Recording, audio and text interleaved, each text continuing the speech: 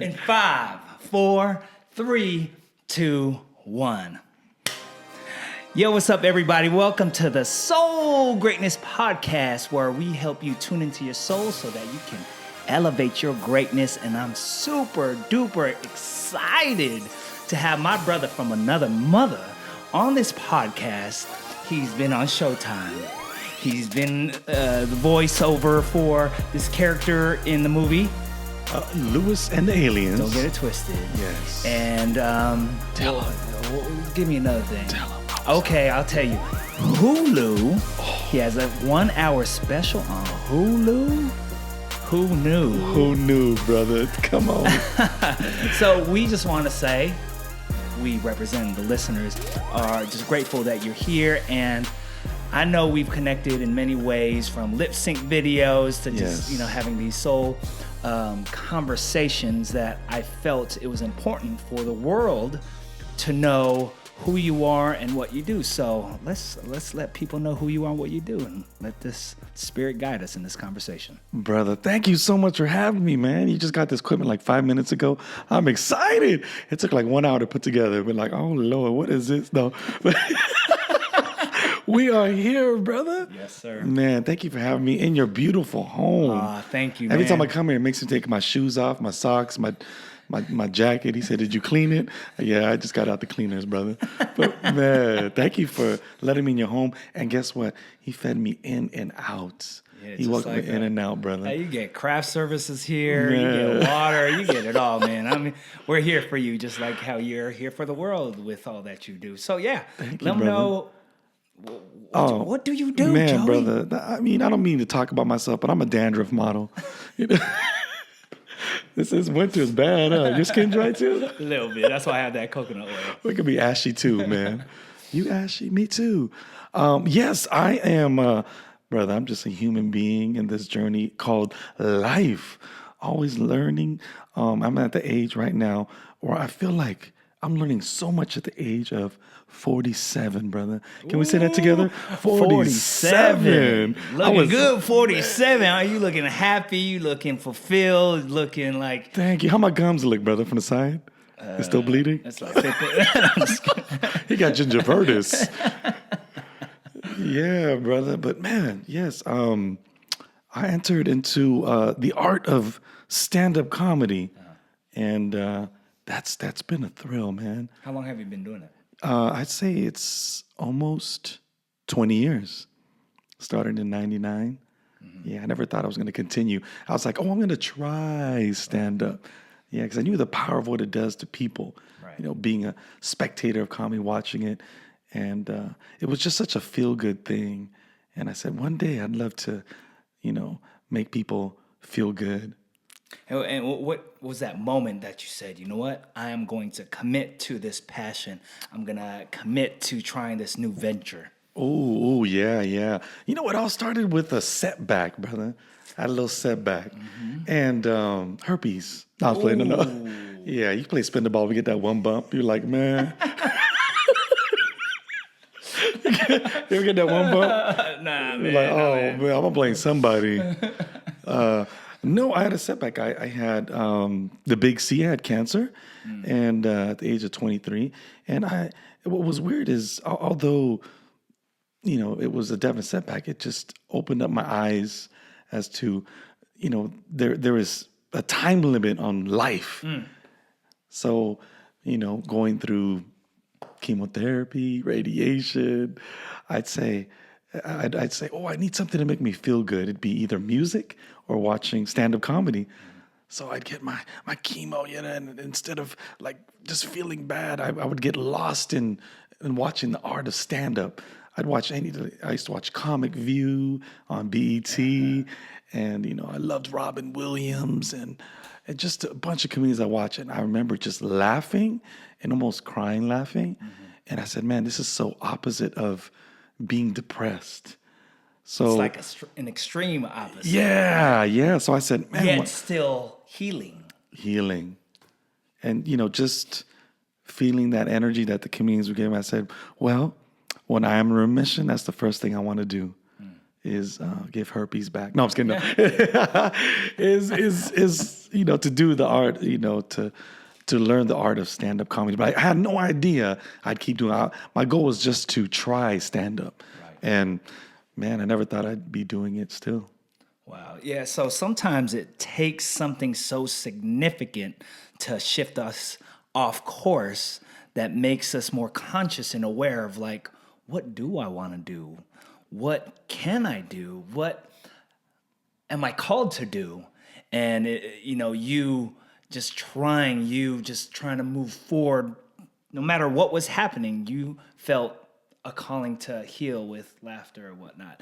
And I also was going to bring up this quote earlier. It's not about the setback. It's really seeing it in the perspective of it's a setup for a comeback. The setback is a setup for a comeback. I like that. And I like that. did you come back. Man. Right. And so what was that journey like? And, after you did, let's break this down. Yeah, what was the very first time you went on stage? Like, oh, yeah. So I was living in Los Angeles at the time, and I was taking a comedy class, right? And I missed a couple days. So at the end, you're supposed to do this, this performance. Yeah. I was not prepared for. And it was at the Ha Cafe in Los Angeles, and I didn't want to do it. So I wasn't prepared. Somebody's telling me, just go, just do it, just go. So I went unprepared.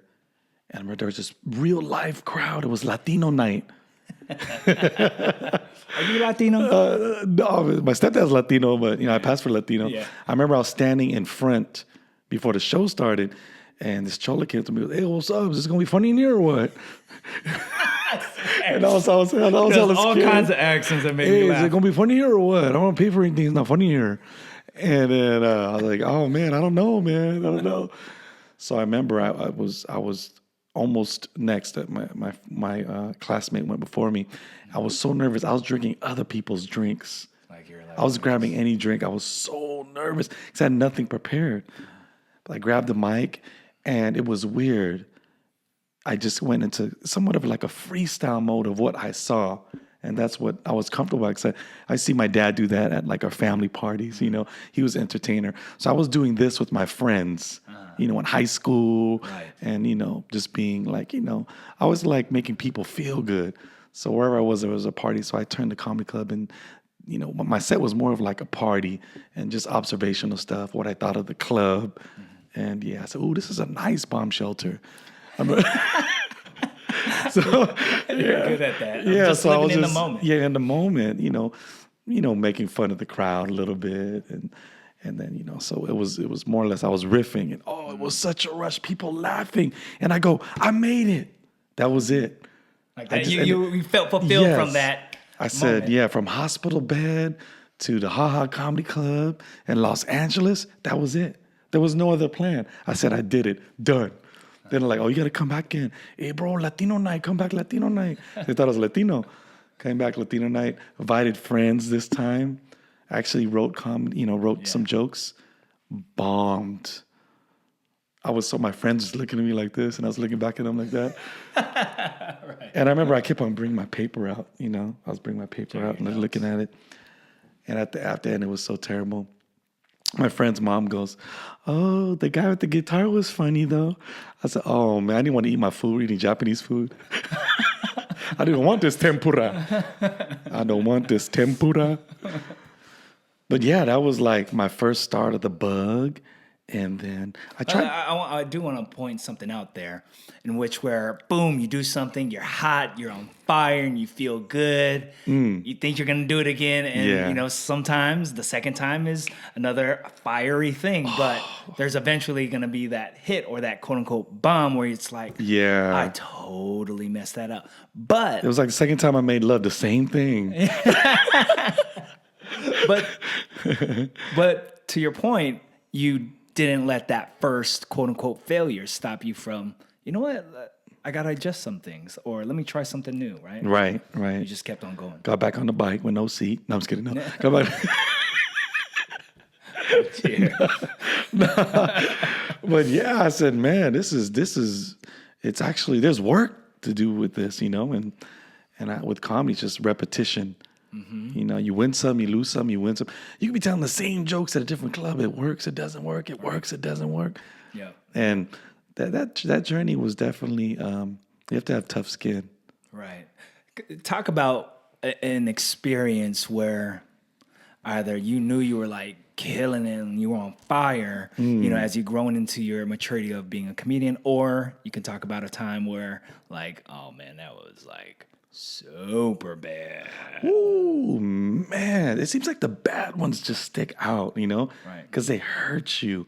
But you can't they blame are the the band. biggest lessons too. Yeah, right? you can't blame the band. Because sometimes, as you know, we get hired to do comedy. Sometimes it's not in a comedy club. It's anywhere. That's true. They're like, hey, you know, can you do this funeral? It's like, oh man, what am I?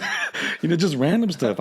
I'll do birthday parties, and one time I did a party in this mansion in LA, and I had no idea that I'll be performing, and there was a naked lady behind me, naked with sushi all over her body.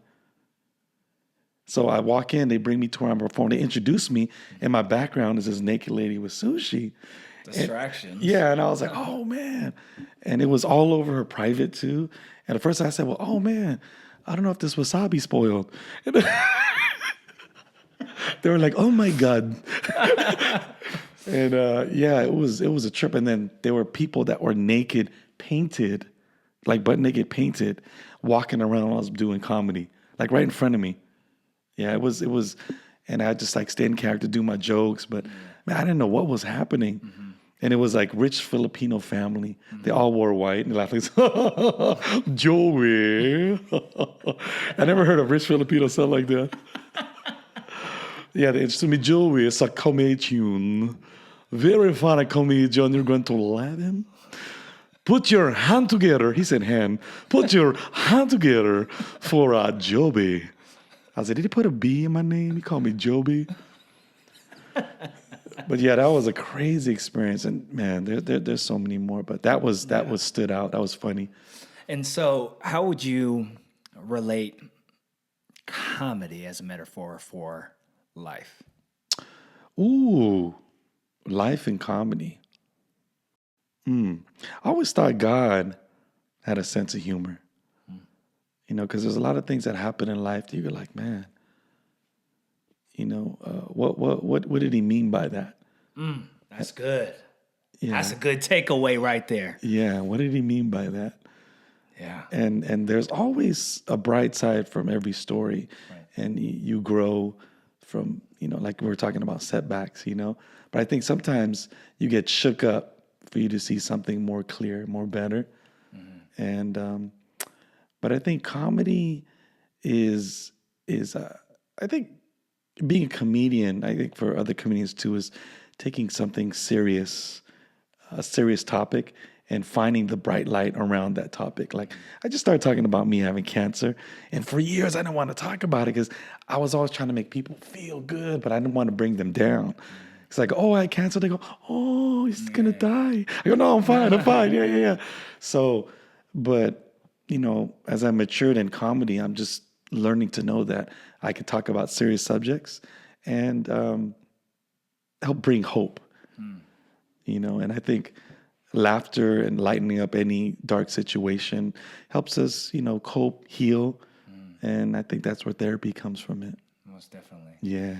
Along this journey of being a comedian, has there been a time where you wanted to quit and say, you know what? Yeah, definitely. Because I think with my goal, I never really had a goal.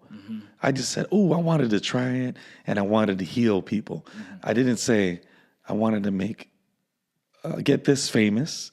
I never said I wanted to make this amount of money. So I was doing it to make people, you know, feel good. And there was a time where I wasn't feeling really good, so I couldn't make people feel good.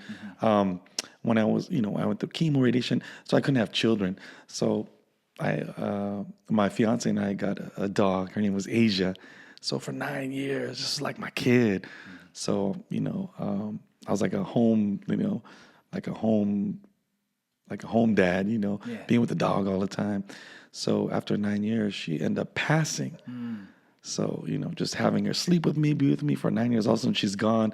And I had a show that day when she passed.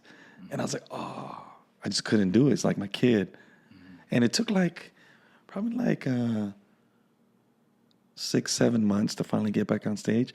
And the reason why I decided to go back is because I went to your event. It's Time Live. It's Time Live. Yeah. Wow, really? Yeah, Was that's what made me say, I'm gonna continue to do this.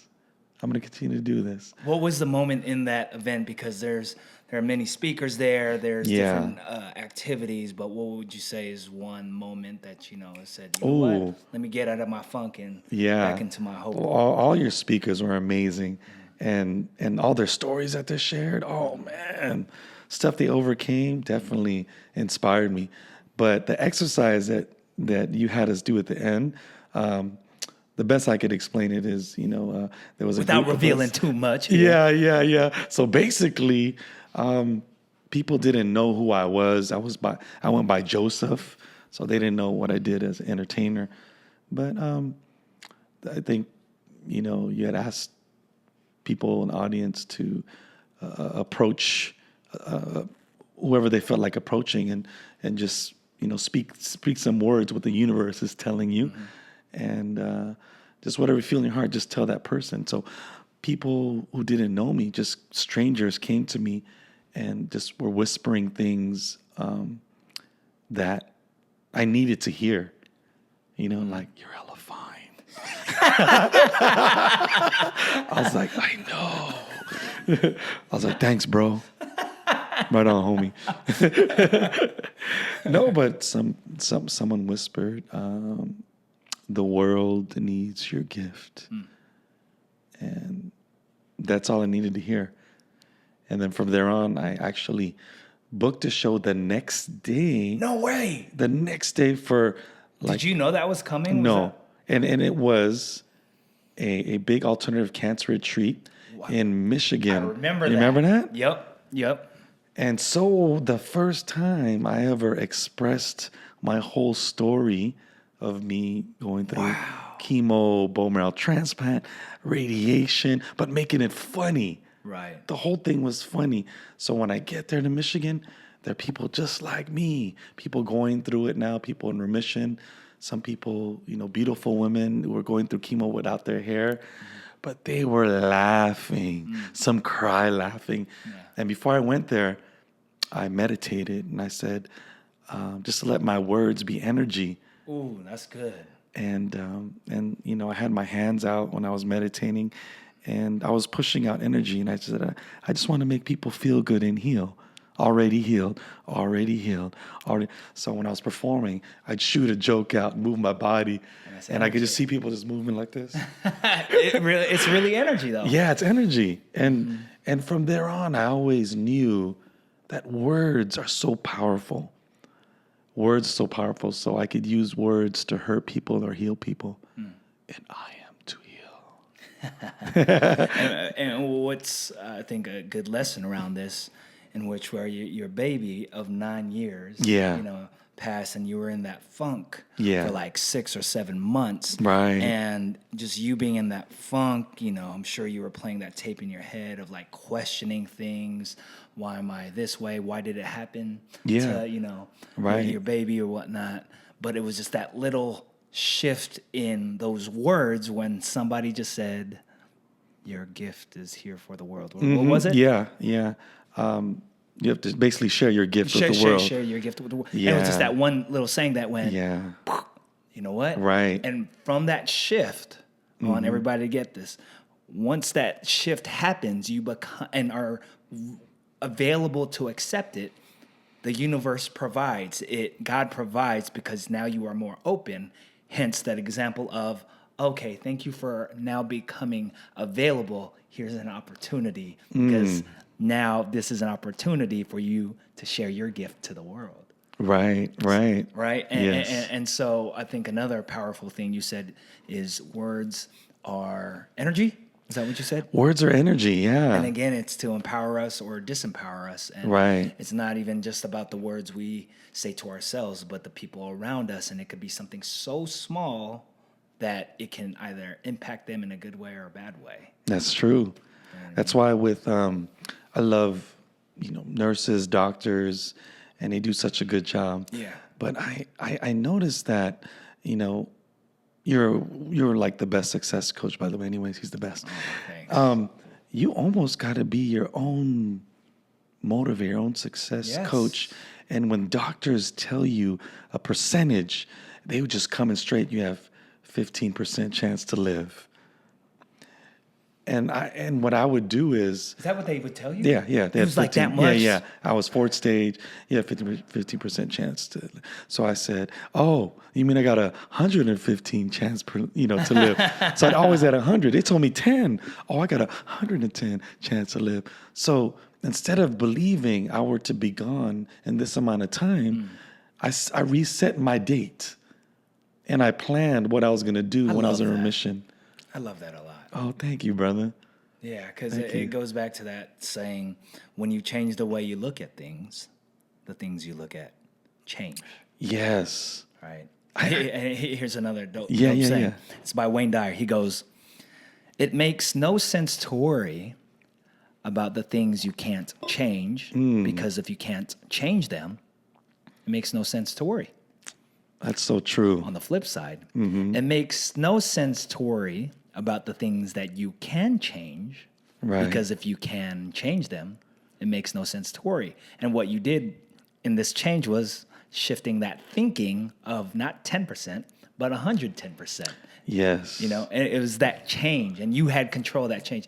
You might not have had control of what they say, but right, where you want to be. Right. I tell that to the bill collectors. It may not be there on time.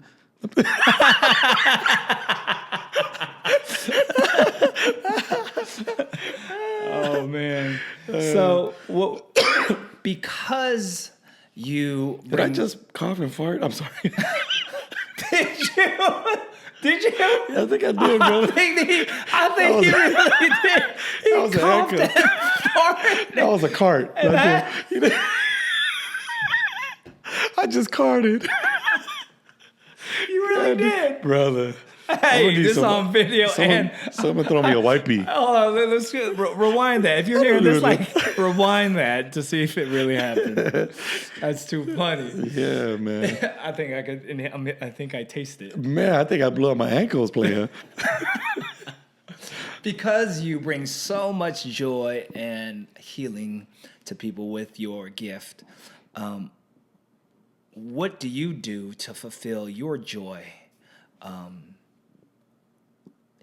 I'm just going to leave it at that. What do you do to fulfill your joy and allowing others to share their gift with you? Like, what's that for you?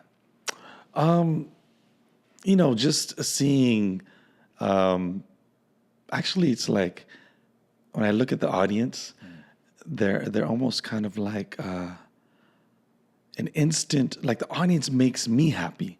It's weird. I'm there to make them happy, but they're making me happy. Right. And it's almost like giving someone a hug, when you exchange energy. Yep. When I see people belly laugh, crying, and just moving, when I see the movement in their body, I can actually feel that energy of release. A lot of people, they come in there, it looks like they're studying. They're like, some people don't laugh. Right. Yeah. They enjoy, they watch, but finally they're like, oh my gosh, I had never seen my husband laugh before. And he was laughing. And that brings you joy. Yeah, it brings me joy just to see people feel good, release. And when probably like the past 2 years, I meditate before I perform, like the night before, on opening up people's chi. Like in Qigong, opening the canals, opening the energy, and I would meditate that. And sometimes when I'm performing, I'm getting into character. I would, when I'm telling a punchline in a joke, there's energy that I'm actually pushing from meditating and seeing what I'm doing. So it's weird. A couple times after the shows, people would say, "It's so weird. I had all this pain in my neck and it's gone." Interesting. And it's just energy. Right. When we have disease, it's just a blockage. Right. when you go to see an acupuncture, right? They just put a needle to unblock the energy because basically everything's all freeways and everything.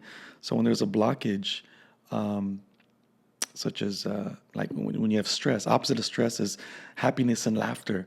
So, when they do feel better and they said their stress is gone and pain is gone, it's because they're just actually accepting, releasing. Yeah. It's interesting. I'm finding that, and it's really, I knew this, but now I'm like experiencing it more with you. Comedy is your spiritual practice. Oh man, I never thought of it like that. It's your spirit. Yes, you pray, you meditate. Right. But it's your spiritual practice. Guru Guila. I knew it. I'm going to get that right here. Guru Guila. That's a trip. Because you talk about it and you are it, but just seeing you just explain it in such a present way, it's what you do on a daily, and it's, kind of relating it to the audience. Like, what are you doing or what could you do that can be a part of your spiritual practice to create healing for yourself, to create healing for others? You know what I mean? Yeah, definitely. I think what's also cool about you is using that word soul. So, I have this hat and soldier, SOULDIER.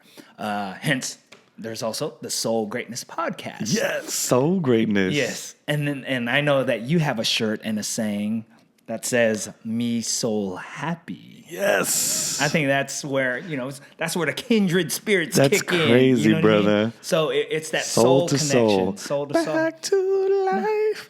Back to reality. So, yeah, exactly. And so why do you bring up the word soul as part of who you are? Good question. I'm a big fan of music. Growing up as a 70s kid, I was born in 71. I grew up watching Soul Train. And I just saw when they danced, they were celebrating life. They were Celebrating life. Celebrating life. But like music to me, growing up in the 70s and 80s was just so important for feeling good at our family parties. And and that's why I put soul in there. And also soul, because the word soul to me means like eternal spirit.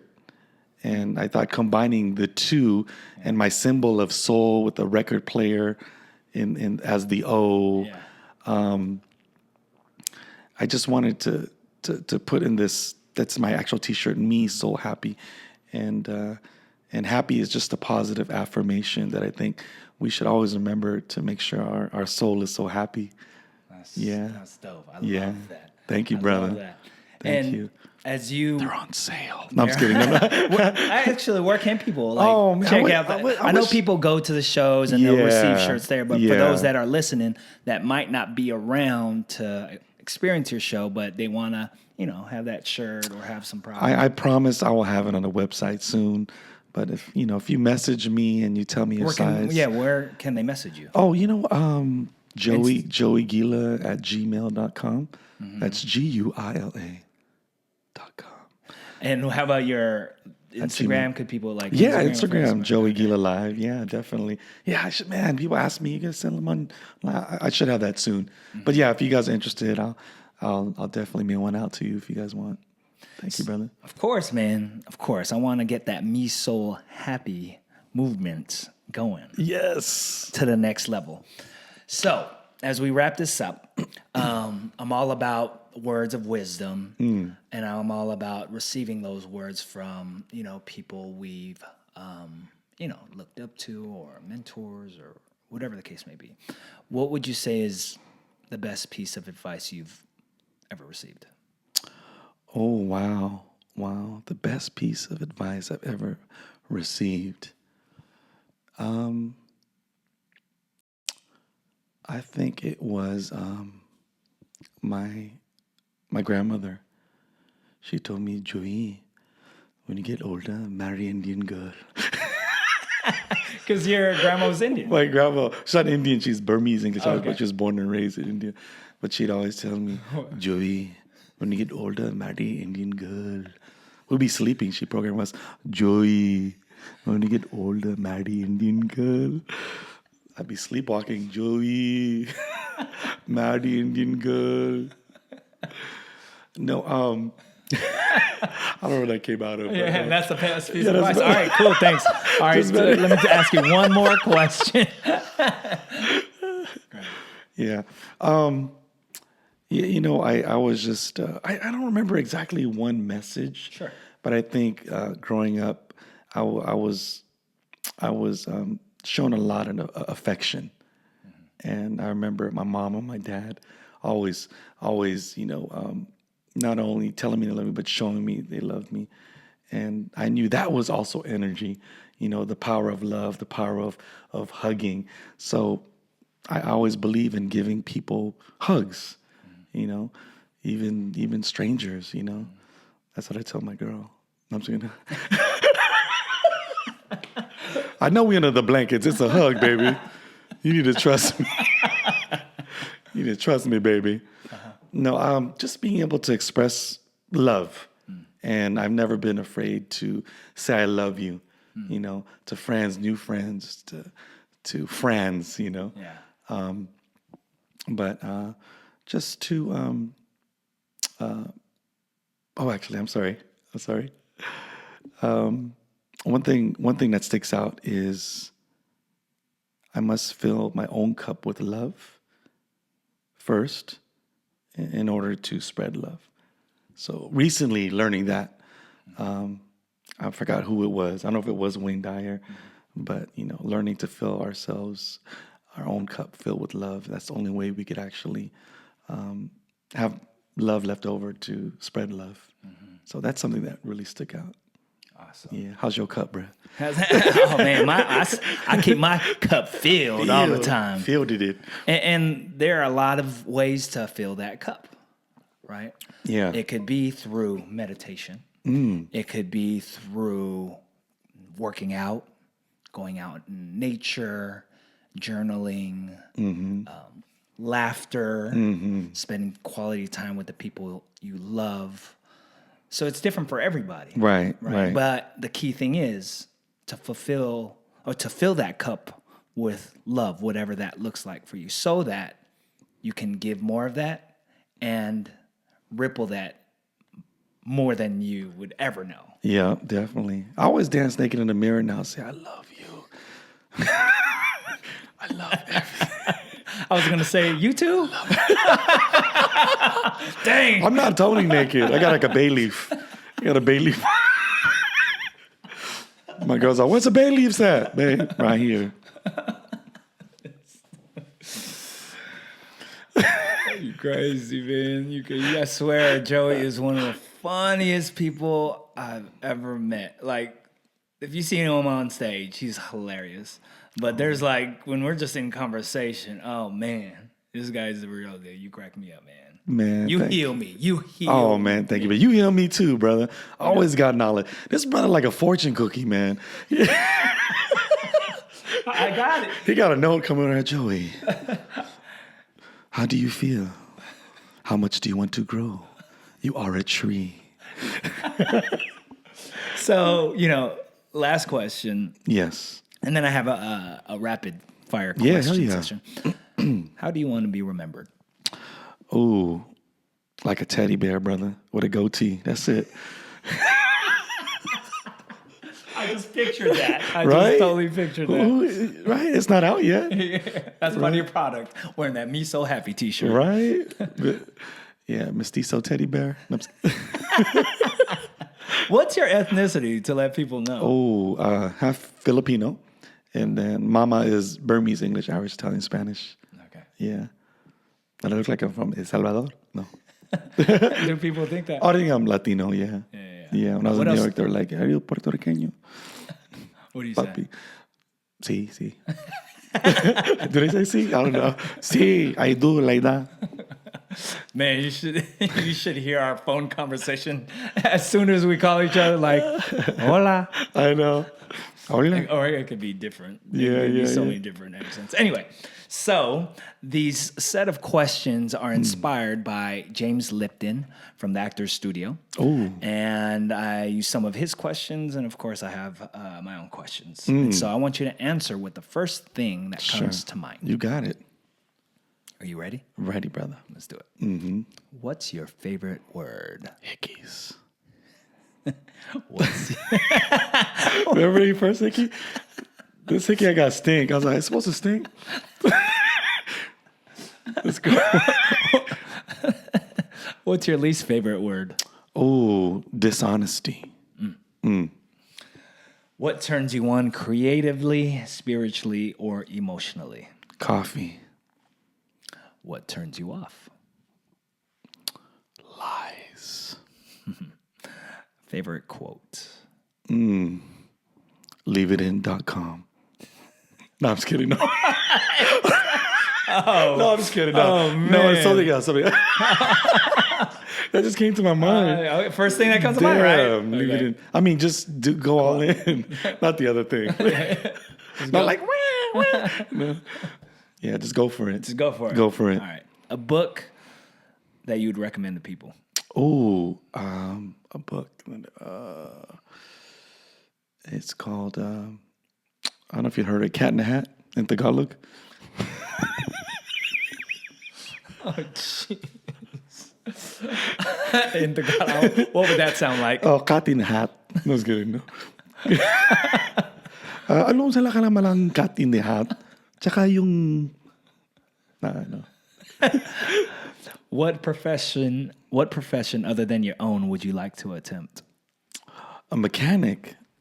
Yeah, mini mechanic. Yeah. Yeah. Why? I just got this old Mini Cooper, and I just been like, man, totally into watch. I watch like 1,000 videos of Mini Cooper mechanics getting down. Yeah, I don't even own like a wrench, but I just said I'm gonna try. I'll just use chopsticks and a butter knife. Okay. Knowing what you know now, what advice would you give to your younger self?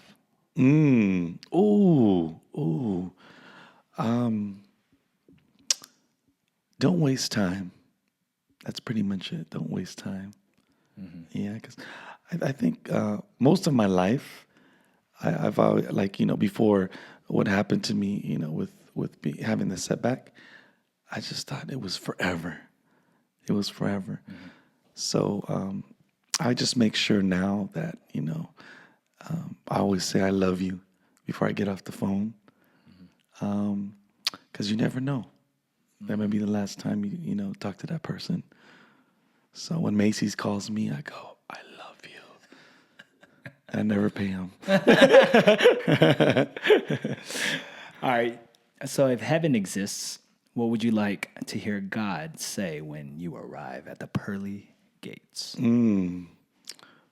Joseph, we have Roscoe's Chicken and Waffles. Hell yeah, bruh. Man, just think, because I always thought, man, what happens if the food is bad, though? We go up there, God, you're making wheat bread again? Dang. We're like, Man, I need that gluten-free bread, God. Any last words of advice to the audience that are listening? Actually, don't answer right away. okay. I want you to take a deep breath and just tune in real quick. And what do you feel called to share? I don't want you to force it. What's present? Okay.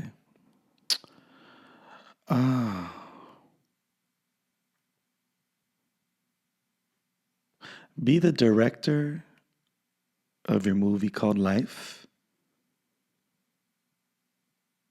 Forget the past. Create a new blueprint. The world is yours.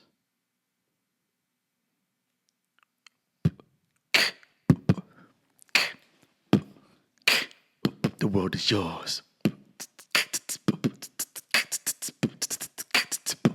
The world is yours. Oh, so greatness, so greatness.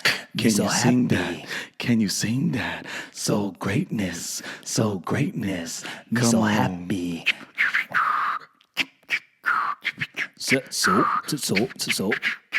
So When you spit on the greatness. mic, does it smell? When you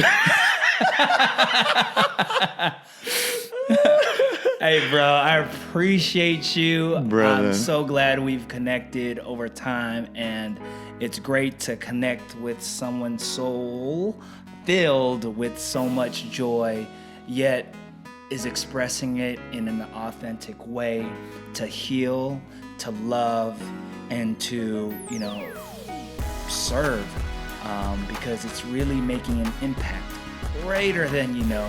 I know it seems as if it's a gift to make people feel good, and it is, but know that it's really allowing people to tune into their spiritual practice to grow, heal, and serve in their own way. So, amen, brother. I appreciate Brother, you. thank you so much for having me on, man. Got I you, appreciate you, bro, and all that you do. Thanks for uplifting millions of people, brother. Got to do it. That's Love what your we book. call to do it. I love your book. Peace. Peace. Well, no. Actually, I don't want to say peace yet.